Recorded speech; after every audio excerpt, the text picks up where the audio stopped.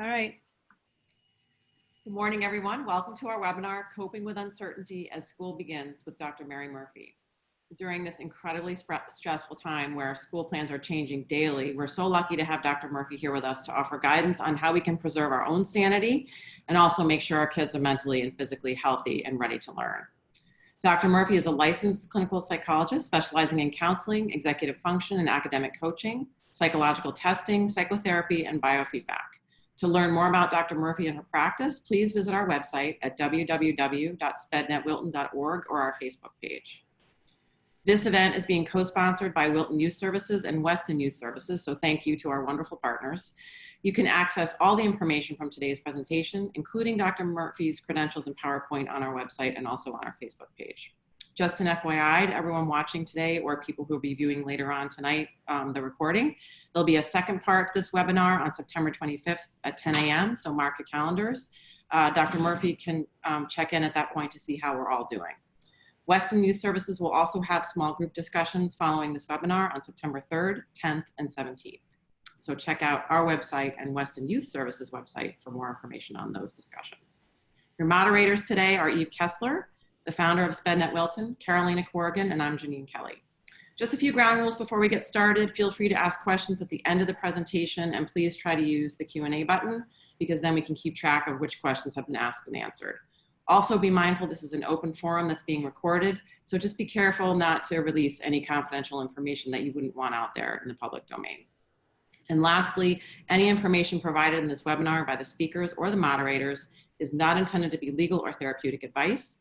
The information, content, and materials are for your general purposes only. And with that being said, I'll turn it over to Dr. Murphy. Welcome.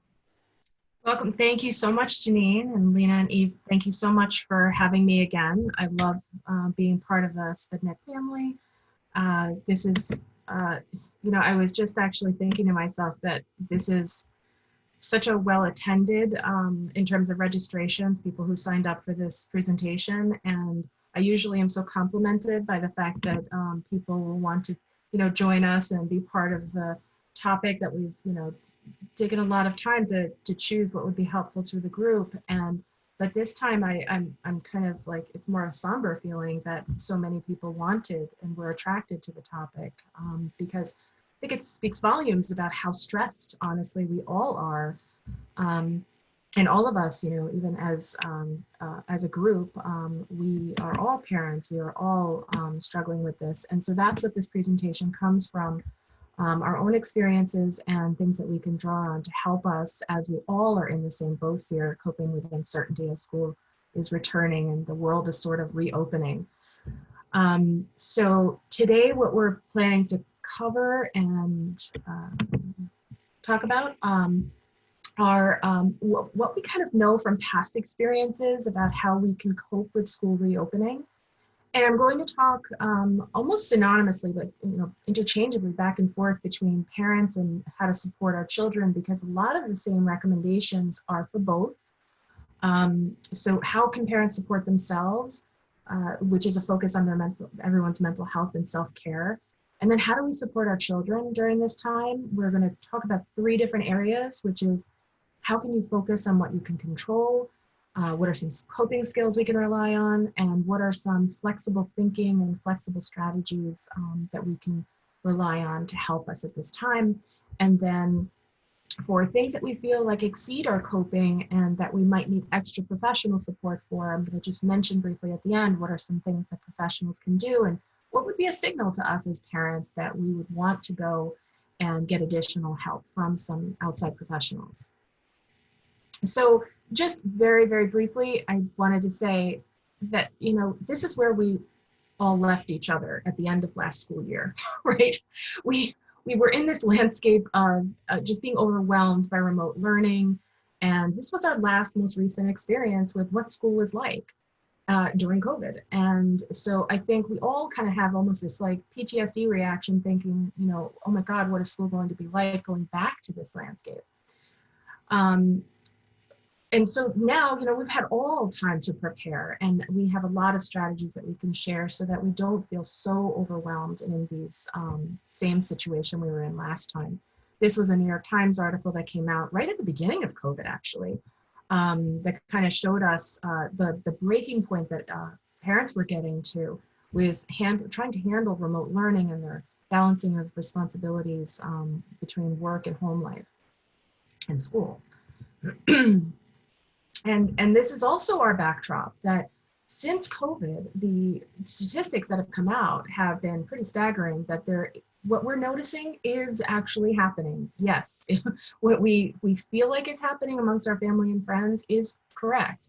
There has been an uptick in the amount of clinical anxiety and depression that people are feeling right now. So we are all struggling to some degree. And so there are some things that we want to focus on, though.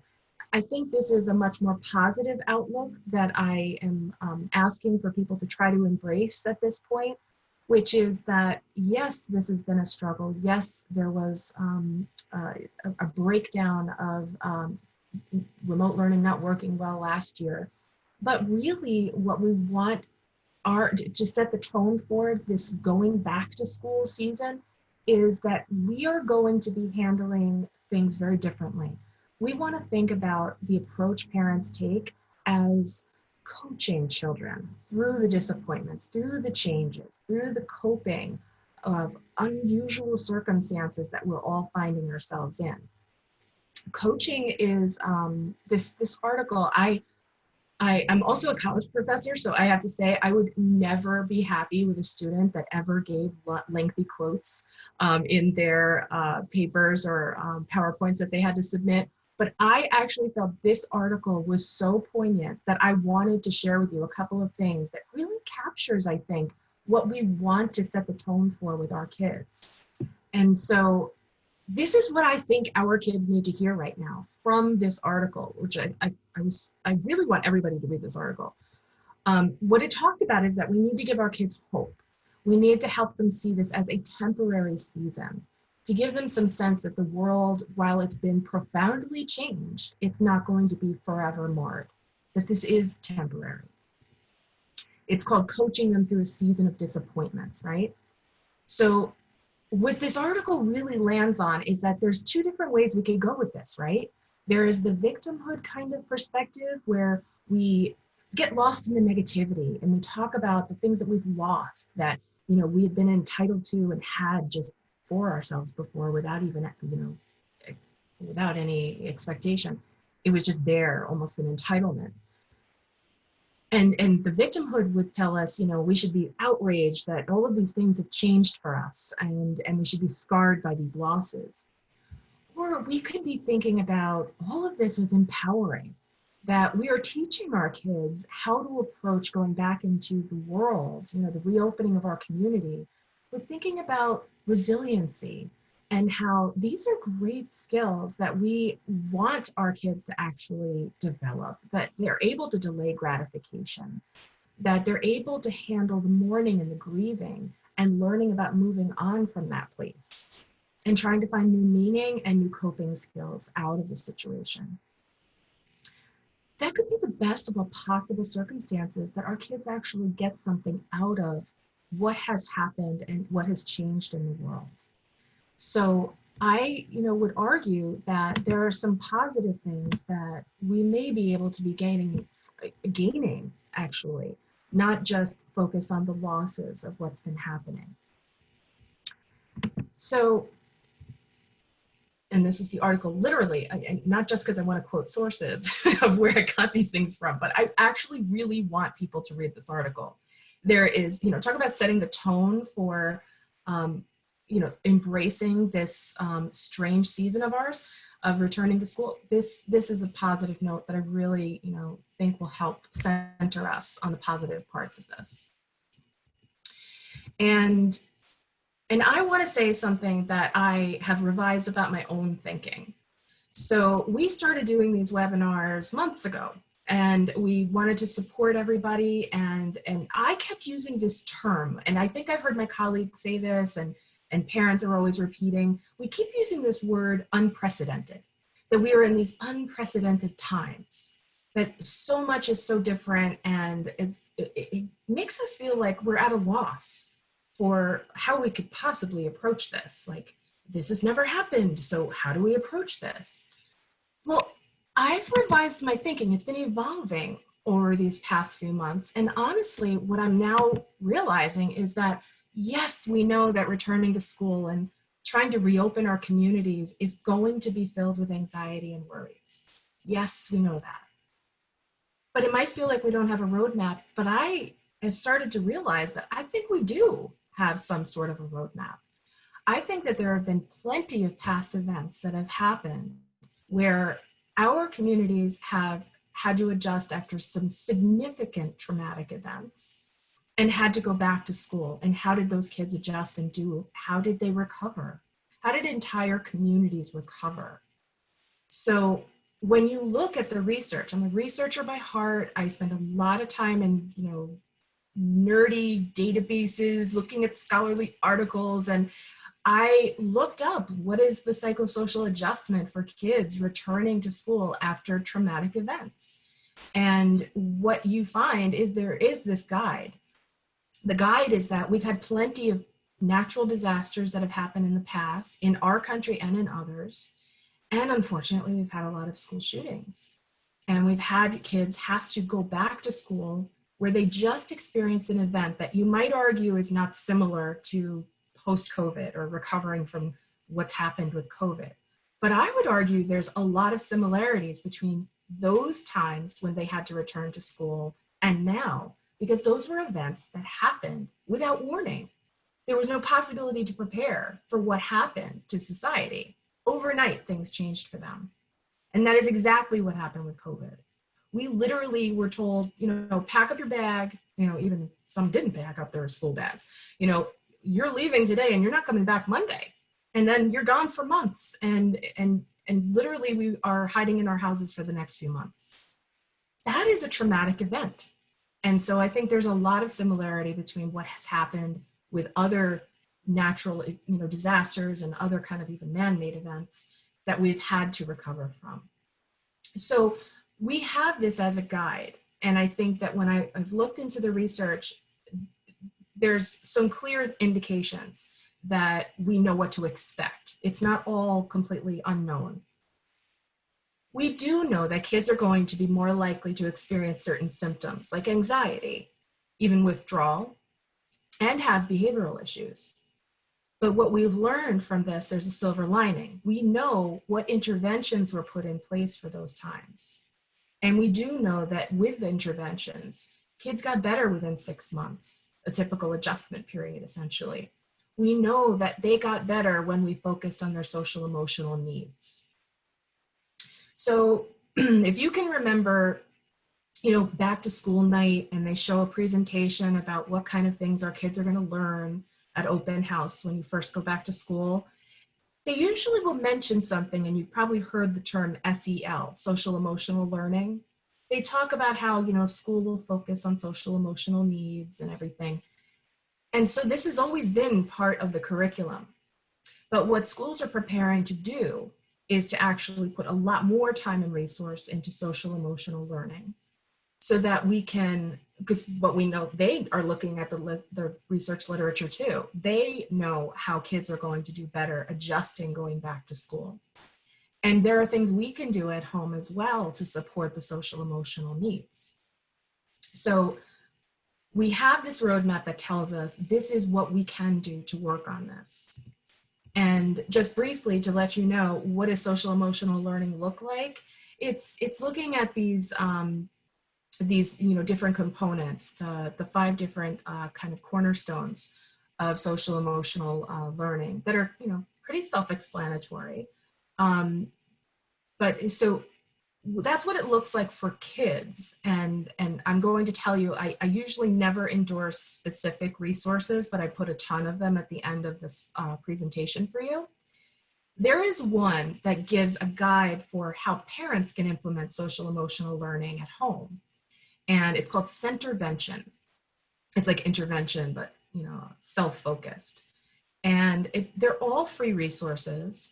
As a psychologist, I am always looking for free resources, and I love that they have this entire section that's just for parents. So when we're trying to help kids, learn how to manage self-management, for example, manage their emotions, self-regulation is the term for that. There's an entire beautiful graphics, little pamphlet books so that you don't have to go buy books, but actual guided brochures about it, and teaching us what each of these things are and how we can model each of these different kinds of things that I'm going to mention in more depth later. So I just want you to notice in the resources slides that there's something called Centervention as a resource that I would love for parents to check out. I have no connection to them, don't worry. And just so you know, social emotional learning is the term we use for supporting kids' social emotional needs.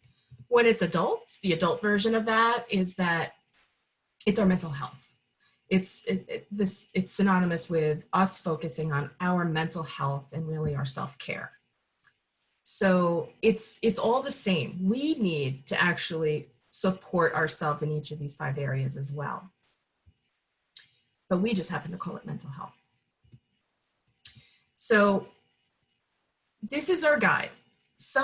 There's so many, literally, it's curriculum. There's so much involved with social emotional needs that we can help kids in so many different ways and help support their adjustment back to school.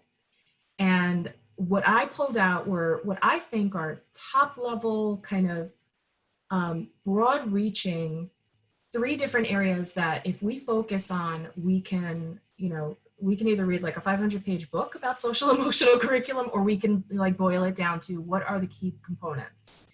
And there are 3 of them.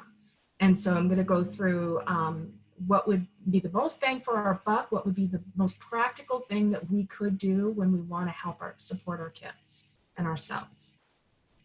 The first thing, this is a mantra. I would stitch it on a pillow. I would buy a poster that says this, write it on your dry erase board, put it everywhere prominently in your house. You have to repeat this to your kids all the time.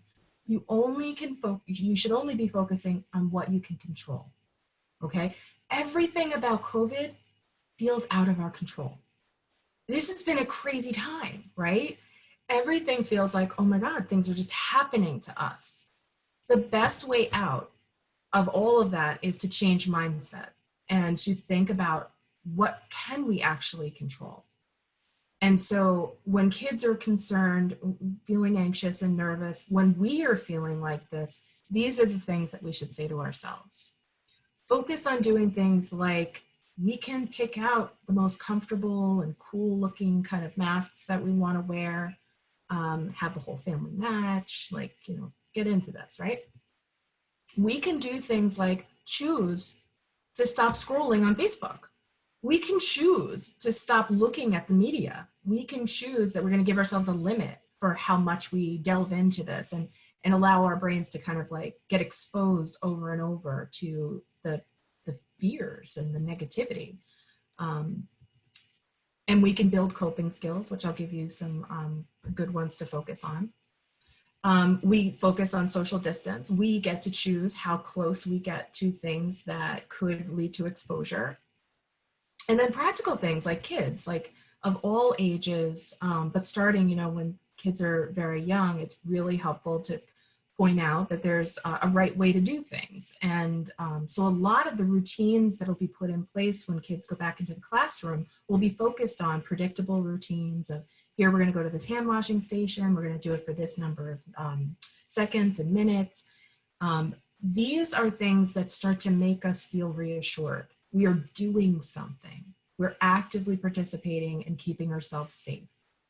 That is what really brings anxiety down, is when things actually feel much more within your own control. So we want to remind our kids and remind ourselves that there are things that we can control in our lives right now. This is just as a reminder to metaphorically always put your mask on first, right? We all have that mantra that we've all been taught, the parents put their masks on first before their kids. This isn't about mask wearing right now. This is really just a reminder that we have to do that. We have to set the model for the fact that we do wear masks when we go outside and we can't social distance. We are setting the tone for the fact that this is not a scary thing. This is just our new normal right now. And our reaction and our lack of overreaction at times can be the thing that they need to see. And so this is a reminder of we have to first be able to embrace all of everything I'm saying, all of our coping skills, keeping things calm, keeping our media exposure down. We are setting the model for all of it for the kids. So that's just as a reminder. About masks, I just wanted to say, you know, a lot of our kids, you know, I know our audience is primarily made up a lot of kids that have special needs, different kinds. There's a lot of sensory needs that our kids have. And so there's a lot that we want to take some extra time to try out different masks, do cute things like have, you know, matching masks with your kid. So this is, you know, mom and daughter having the same mask. Take some extra time to find cool ones that are, you know, still cloth, not gaiters, but the ones that are like the most proven effective, recommended by CDC, which are the cloth ones for us, for kids, and try to have that be a little bit of fun. I've seen some PTA fundraisers starting to put logos for their school on there. Trying to have some fun with it would be helpful. And for the younger kids, I mean, honestly, even kids still like 12 years old, I would say, it can be fun to put masks on the stuffed animals. It's a way of kind of, you know, transitioning kids into seeing it as more normal and part of the landscape. So these are some things that we can control. We can control how comfortable we feel with, you know, the sensory aspects of masks, with how, you know, interesting and cool they look, and normalizing it. And SpedNet already had a webinar that I just want to point out because it's in the recordings that you can look at. It was the one that was led by the two BCBAs, and I listened to it, and it was great recommendations for getting kids used to wearing masks. And I think that's a really good webinar to tap into and listen to if this is a special issue for kids in your life. So this is stuff that we can control. It might take some extra research and some extra work, but you know, it's really exposure therapy. It's kids getting used to having to wear it for longer and longer periods. So, so that webinar had some good advice about how to kind of increase their exposure and getting their comfort level where it needs to be to handle being at school for so many hours once school starts. So the next thing is, you know, focusing on coping skills. So the main thing is that social emotional curriculum always focuses on certain things. And this is what we need to focus on as well now. It's all the more important. In school, you know, social emotional curriculum might have been just a special per se, not necessarily one of our core classes. I would argue it's absolutely our core class now. Okay, we need to be really focused on this part. So in social emotional curriculum, what we have is we teach kids about how to calm themselves, which is called self-regulation. We teach them about empathy, which is how to connect to others. We teach them about problem solving and what to focus on, which is how to manage themselves and how they feel as well. And we teach them about relationship skills and social skills. So coping skills are the best self-regulation tool that we have, and it's really the cornerstone of all social emotional learning. And just to go back to what this all means, social emotional needs, we're used to what that term is, right? We all kind of intuitively know social emotional needs are supporting our mental health. The addition of the word learning at the end, making it social emotional learning, all that means is that the curriculum that school focuses on with this is getting their social emotional needs met so that they can be in the prime position to be having their learning brain engaged and ready to learn.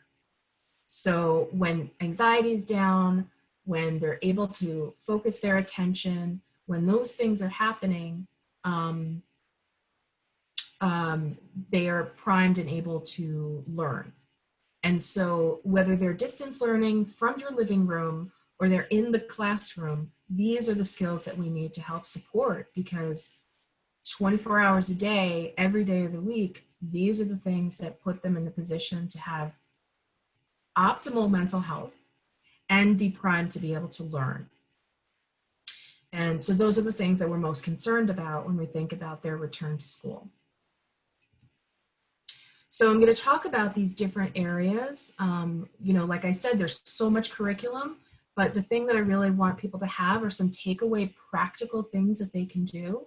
So among these coping skills, I'm going to talk about focusing on breathing techniques with them, and then this term called co-regulation, and then reflective listening, which is something that I advocate for a lot with parents and children to talk to each other better.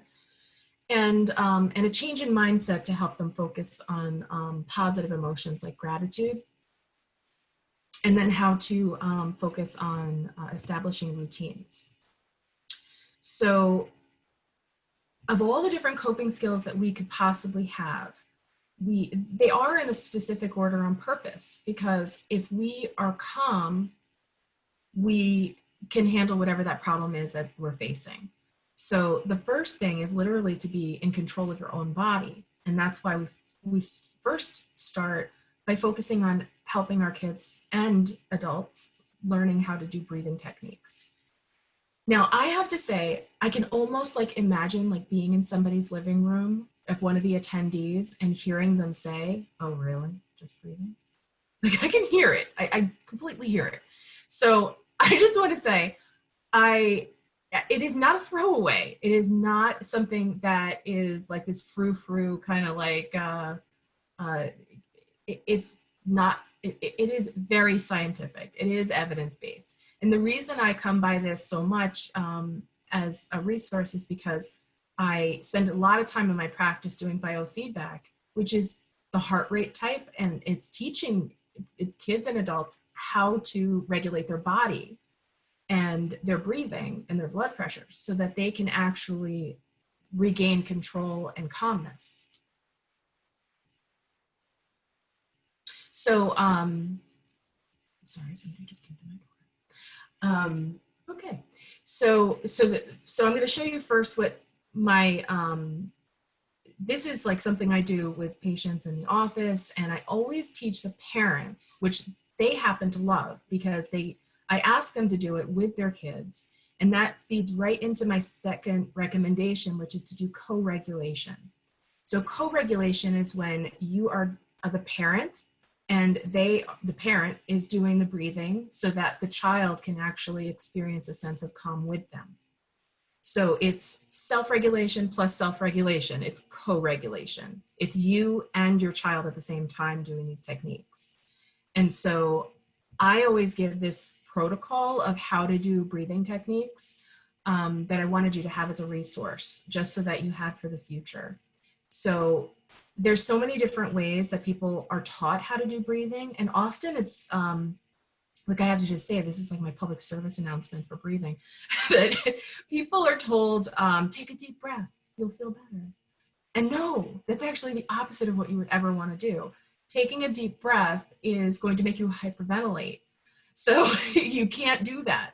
So teaching people how to breathe and focus on getting a lot of exhale and breathing in less is actually the proportion we're supposed to be doing this in.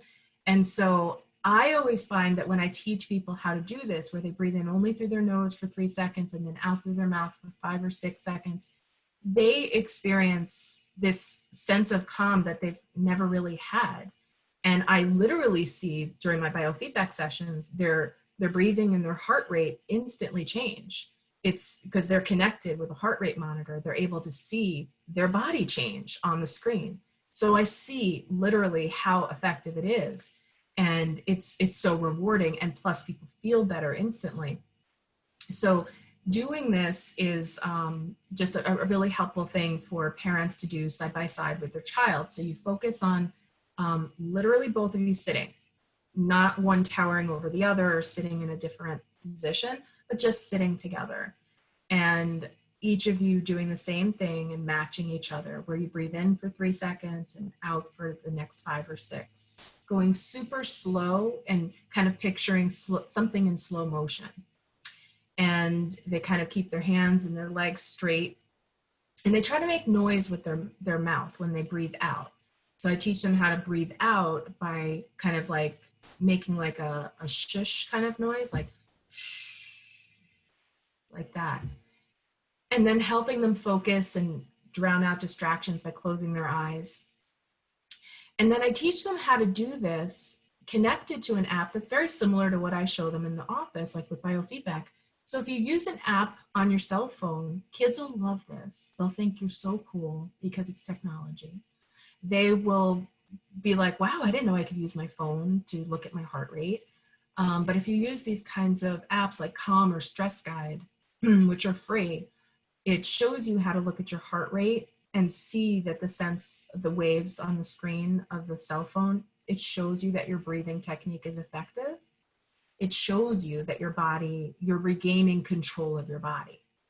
So you don't just do this when you're stressed or anxious. You do this to learn how to do it so that you can later do it during times of stress. So to get ready for learning, to have your brain engaged and focused, and to not feel anxiety and stress, people do these kinds of techniques before they go off to school. And then they kind of like have a little release valve during the day, maybe go and take a bathroom break and do this breathing just for a minute in the middle of the day. And then there's strategic times like helping them do this before they go to sleep. And sleep is a huge issue for our kids and for us, right? To be honest. So when we do this, we get to regulate our bodies, calm ourselves, and we end up being able to sleep better. So co-regulation is doing something like this side by side with your child. So what we're doing is we're regulating our own emotions so that they can share our sense of calm and honestly, our brain, because our brain is able to engage and use our executive functioning a lot more seamlessly than kids are because they're not really fully done yet developing those skills. So what we do is we learn how to approach them this also comes from trauma research. This is some of the leading trauma researchers have discovered that what we need to do when our kids are struggling is to first do what's at the very bottom of this triangle. We have to help regulate them. Now, the first thing, your instinct, if I asked you, what would you say if somebody was upset? You would say, I'd ask them what's wrong, right? We all think, what's wrong? Are you okay? What happened? We start to ask them questions. And that is a part of the brain, the reasoning part of the brain, that they are just hijacked and can't think straight at that time. So trauma research tells us that we can't use our brain yet and reason and tell you what's wrong until we've regulated ourselves. So we sit face to face and or side by side, close to our child, help them do something to regulate their fight or flight syndrome that they've engaged by being overstressed, and maybe sit and do that breathing with them.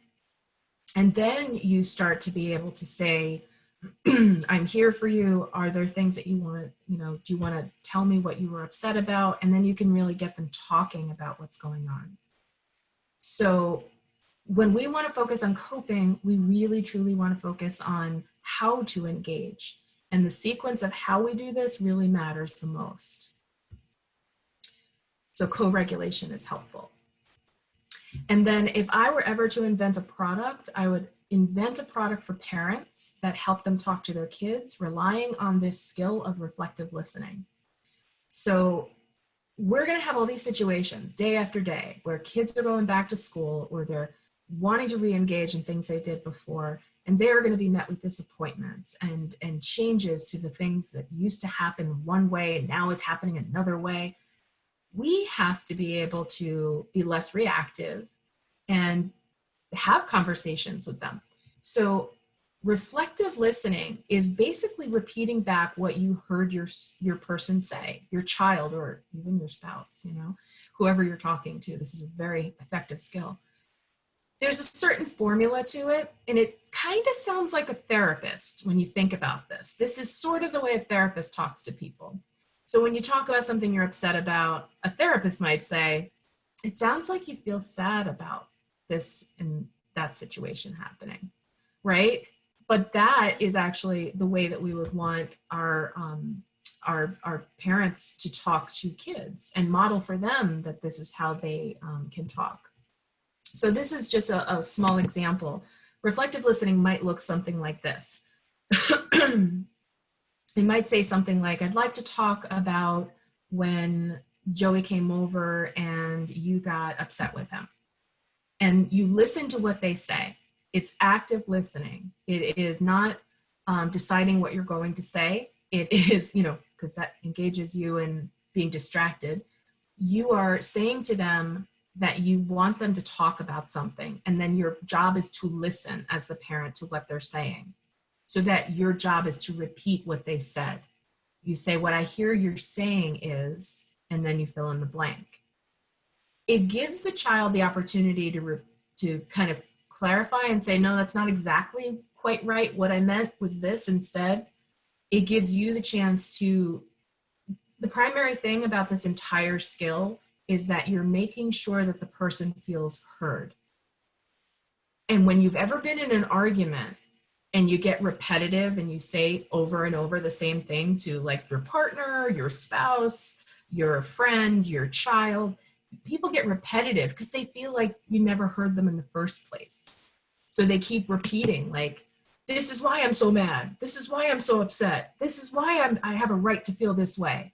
And they're defending themselves over and over again because they don't feel heard. So when a child comes home and they say, sports were just canceled, I was just, you know, not able to join Girl Scouts this year, I'm not allowed to do the school play, all of these things that have just been changed on them. Our job is really honestly to repeat back what we heard them say. It is the most empowering thing that they will feel heard and their emotion will have a chance to come down.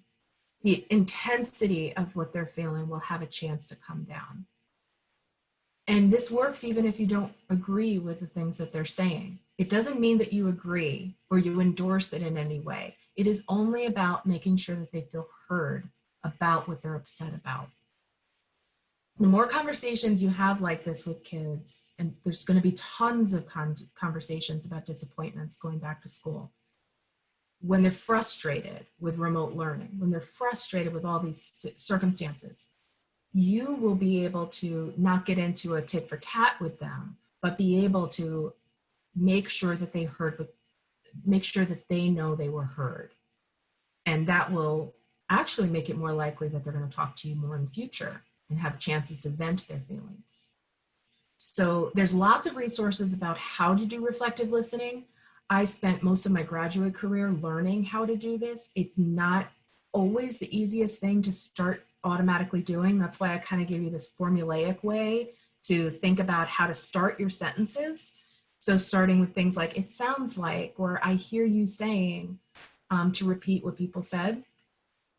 But in the resources slide, there's also websites that are parent specific even, that talk about how to have these back and forth communications with your child to help them feel heard. So if there was any skill that a parent could be given, I swear this is a superpower. Like honestly, such an incredibly helpful tool that I would hope everybody can have. And this is another thing that I wanted to say. I spend a lot of time talking to parents about what's been working for them. And this actually comes from one of my clients. What she put up displayed in her son's bedroom was this, honestly, it's a chore list of like everything he's supposed to do each day. But I have to say, the very first thing right across the top, it says, start each day with a grateful heart. And I love this kind of empowering message to give to kids, to talk about how when you set the tone for the day, this is a coping skill. If you set the tone for the day in this way, you see things in a very different light. If you, and if for anybody who thinks that this might not be scientific enough or that it's not possible to be helpful, I just want to say, if I talk to you about negative things and I say how horrible the world is and how terrible back to school is going to be and the whole world is getting canceled and this is awful, this is the worst thing that could ever happen to us, you'd be upset. If I talk about negative stuff, you get upset. But the opposite is also true, and we always forget this. If we talk about positive things, people start to actually feel positive. So the reverse does work. If we talk about negative, we feel bad. If we talk about positive and start the days this way, they do actually feel more positive.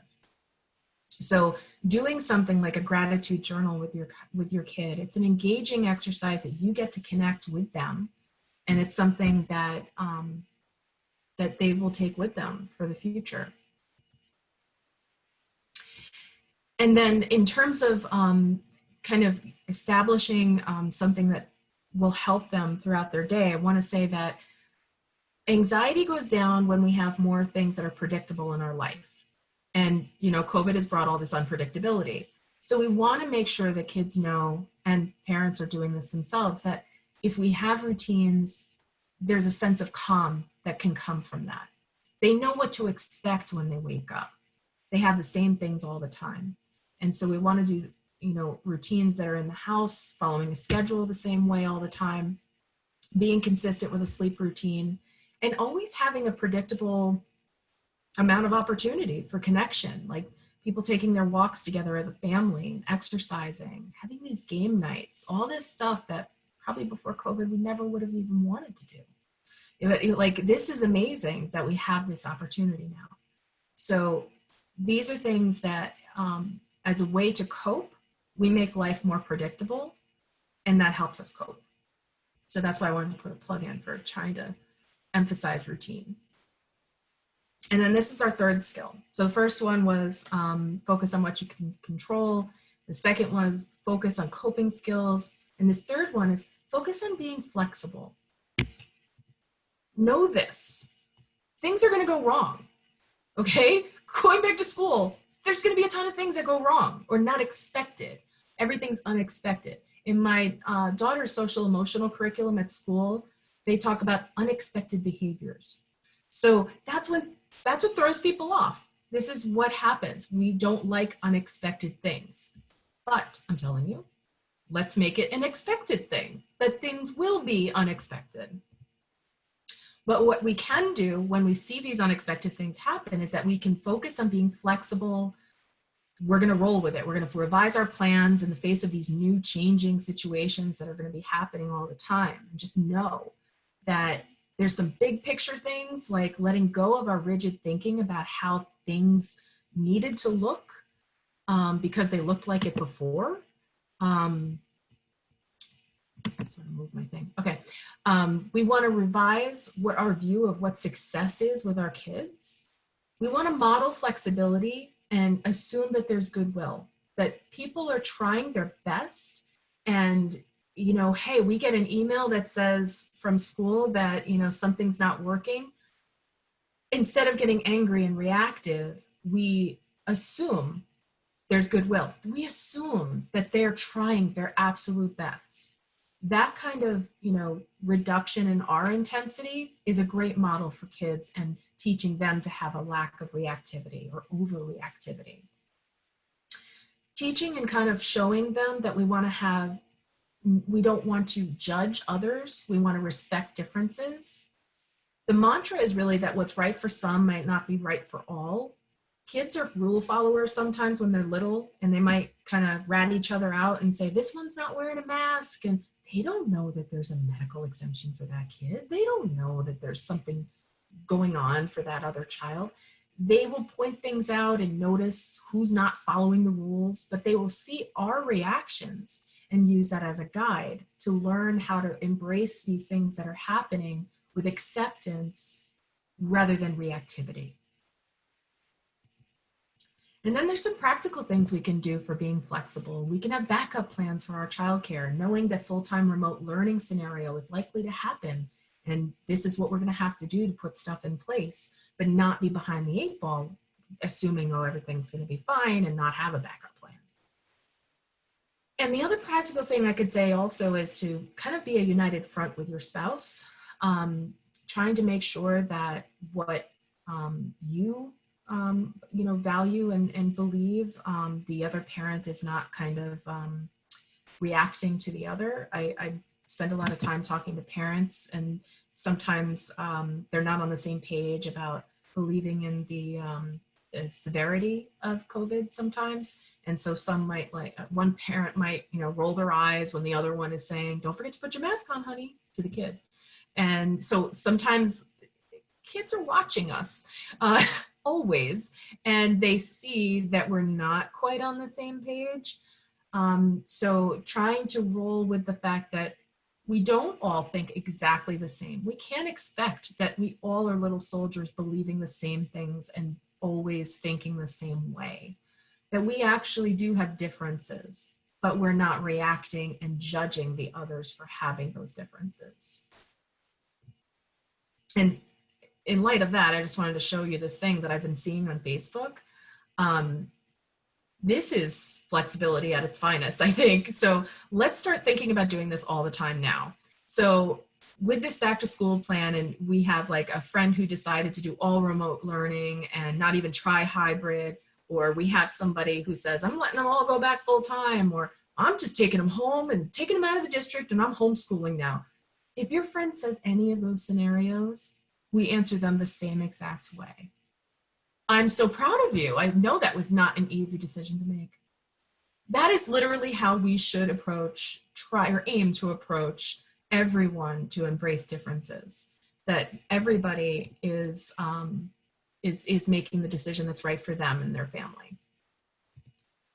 And these are some helpful analogies when describing the flexibility that we need to roll with these changes. And we can, use these analogies with our kids, but also embrace it ourselves. In DBT work that we do with clients, we talk about riding the wave, which is expecting that there's going to be emotions that come over us. And so our goal is to ride the wave, experience the emotion that happens, see that it's going to come, know that it will also go, and try not to block or suppress it, but allow it to come, look at it and say, okay, I got it. I'm feeling anxious right now. Try not to amplify it, try not to react too much to it, but letting it come and then wave and go out back to sea, right? And this is the other analogy that people have used a lot, that you can't stop the waves from coming, but you can kind of learn how to surf them, right? So as these things are happening with reopening of schools and our communities, there's going to be lots of things that we have to kind of just cope with and ride the wave. And this last part is that I want parents to know that they can do some very practical things. They can notice when there are signs that they themselves or their kids might need the help of professionals. These are some common anxiety symptoms that are most likely to occur that you might want to know what you're seeing when you see it. These are signs of an acute kind of physical reaction to anxiety called a panic attack. This is what it would look like. It's very easily confused with physical symptoms or a kid being sick. And so sometimes parents will miss it. And so that's a resource for you to know. And what I want to leave you with is that parents can focus on their self-care. I can't tell you how many of my clients who never even had any problems with alcohol before COVID have started to cope, starting with some Zoom happy hours and then it taking off from there. So there's been a little bit more trying to cope from home. That is something we all have to try to be a little bit more careful about. So limiting how much alcohol intake, and then limiting things that are negative drains on us, like media exposure. Those are some things we can do to bolster our self-care. And then we can focus on connections, which is developing the connections that we have with our teachers, hoping that the teachers and parents and the teachers and kids are getting opportunities for connection. This is especially important for our audience of kids where we have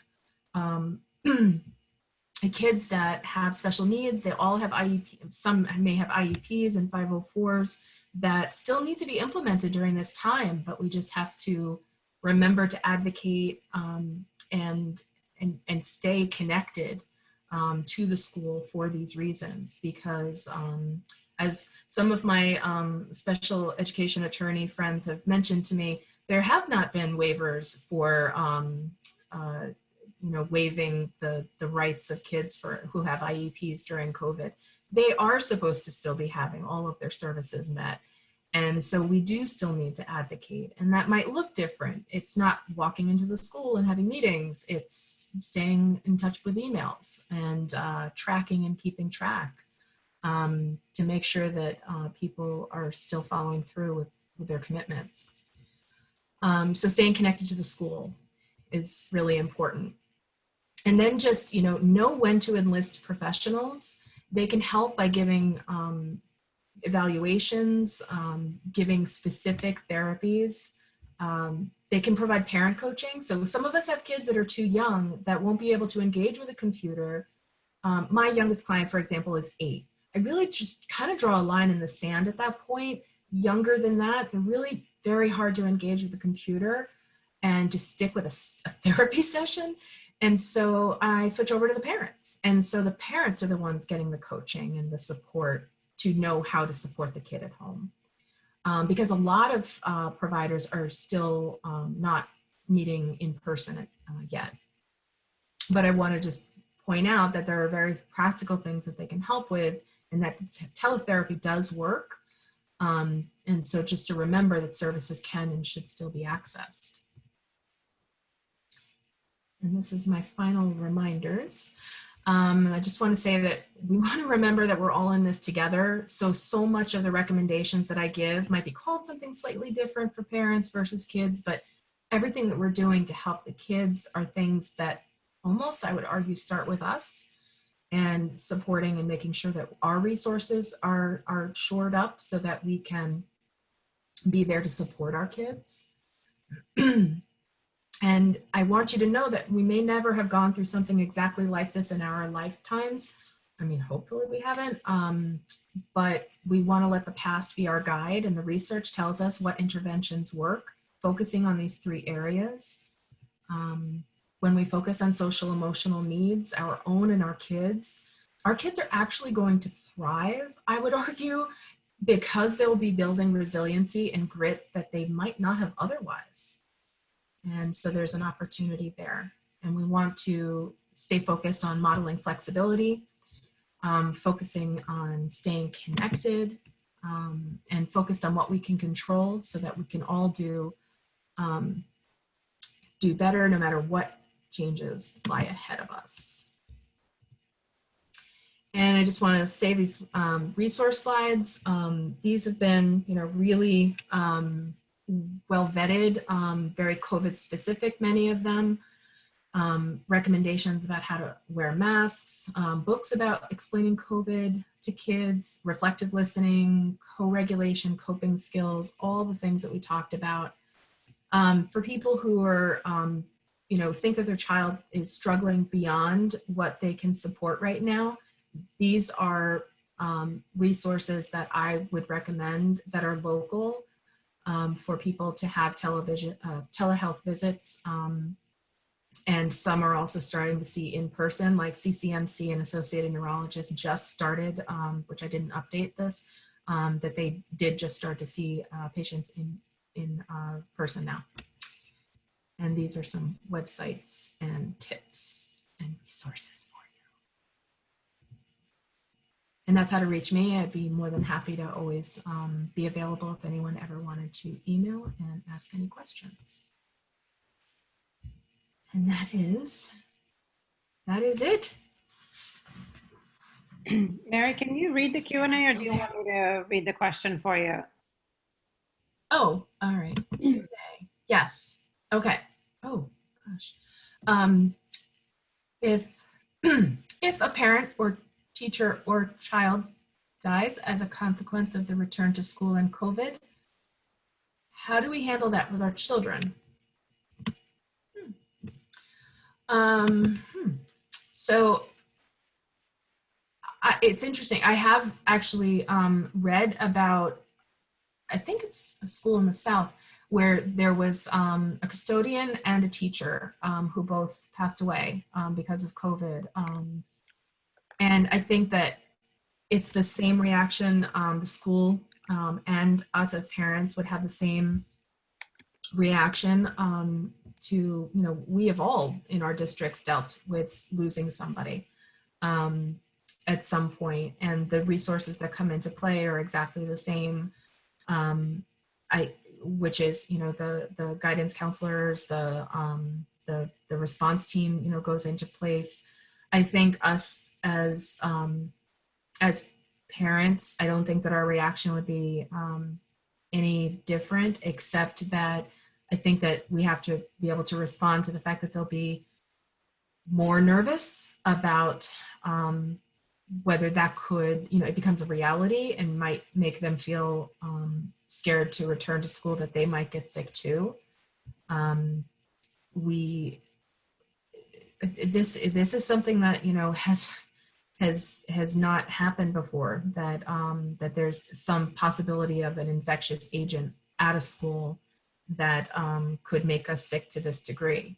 So I think we have to use what we know from the past about supporting kids when they're dealing with a traumatic event. And I think the resources about focusing on coping skills would definitely remain the same. I have to say, you know, sometimes I mention this, sometimes I don't, but this reminds me of the fact that a lot of what I've said today and preparing for this talk as well comes from personal and professional experience, because I'm in the Sandy Hook community. And so I've seen what it's like for students to return to a school where they have lost their teachers, because there were teachers and fellow students that were lost. And so, you know, my own daughter goes to Sandy Hook. And so being able to see and be part of a community that was coping with that kind of loss specifically, I can say that that's exactly what they did, and what they continue to do every day is focus on these social emotional needs. And I can't tell you, like, the prevention of mental health problems in the future that I know that will help with. Because, you know, whenever something devastating happens, we worry, is this going to be doing irreparable harm to our kids? And instead, I think that we have people recovering very successfully by learning coping skills. And we never had coping skills being taught in schools before. But now parents are aware of it, teachers and school systems are aware of it. And that is, I think, changing the whole landscape and providing a protective factor for them. So I think that that's exactly, I've seen it happen, I've seen it work, and I've seen it work so successfully. And I think that that's exactly what we would need to do, is to focus all on coping. My daughter was in kindergarten, and she came home and she saw me stressed out once, and she said, take 3 deep breaths and a sip of water.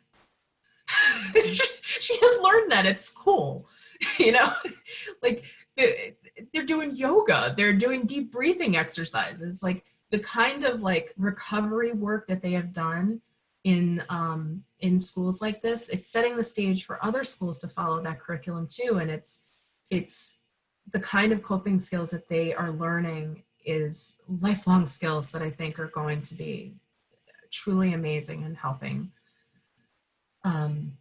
our kids in the future.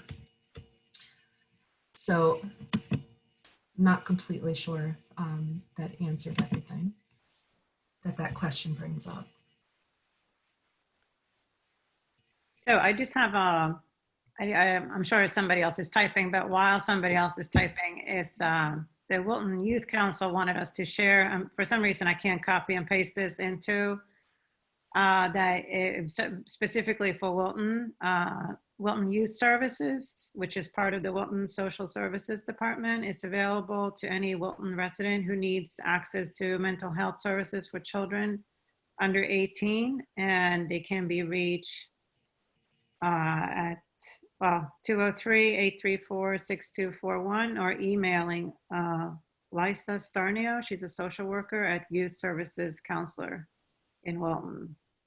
So just a public service announcement there. We can put it up on our Facebook and share as well. Sounds good. Okay. Also, while we're waiting for additional questions, just following up on Dr. Murphy's discussion specifically about communicating with school teams, we do have a prior webinar that's posted on our Facebook page and our website with Solande Forte, who discusses that in detail, how to continue discussions with your school team, especially now during COVID-19. So just check that out if you need help with that. That sounds good.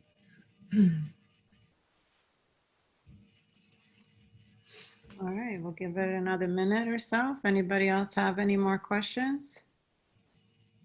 Oh, and we also want to point out, right, that questions can come in, I'm not sure to what email address, but they can be collected between now and September 25th, our follow-up, so that our follow-up can be kind of tailored to the questions that people have. I think we can send them to info@spreadnetwilton.org. Our Okay. Spreadnet, yeah, info@spreadnetwilton.org. I'll type it into the chat. Okay.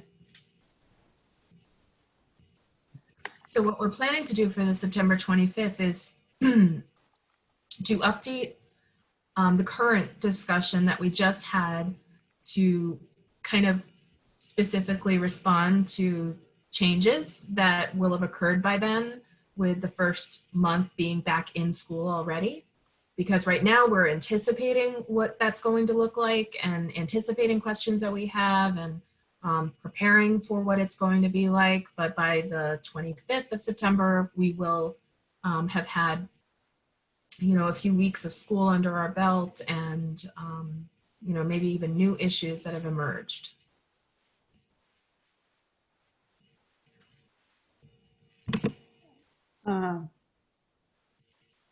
I'll give it another minute, but right now I don't see any. I see a little dropping off, but I don't see any questions being posted. Okay. But thank you. This was super helpful. Yes, you're very, very welcome. And I'm hoping that we can have our follow-up be even, more tailored to the kinds of concerns that people are having once they see what school is looking like. Thank you so much, Dr. Murphy. This was very helpful. And also thank you to our co-sponsors, Wilton Youth Council and Weston Youth Services. Thank you.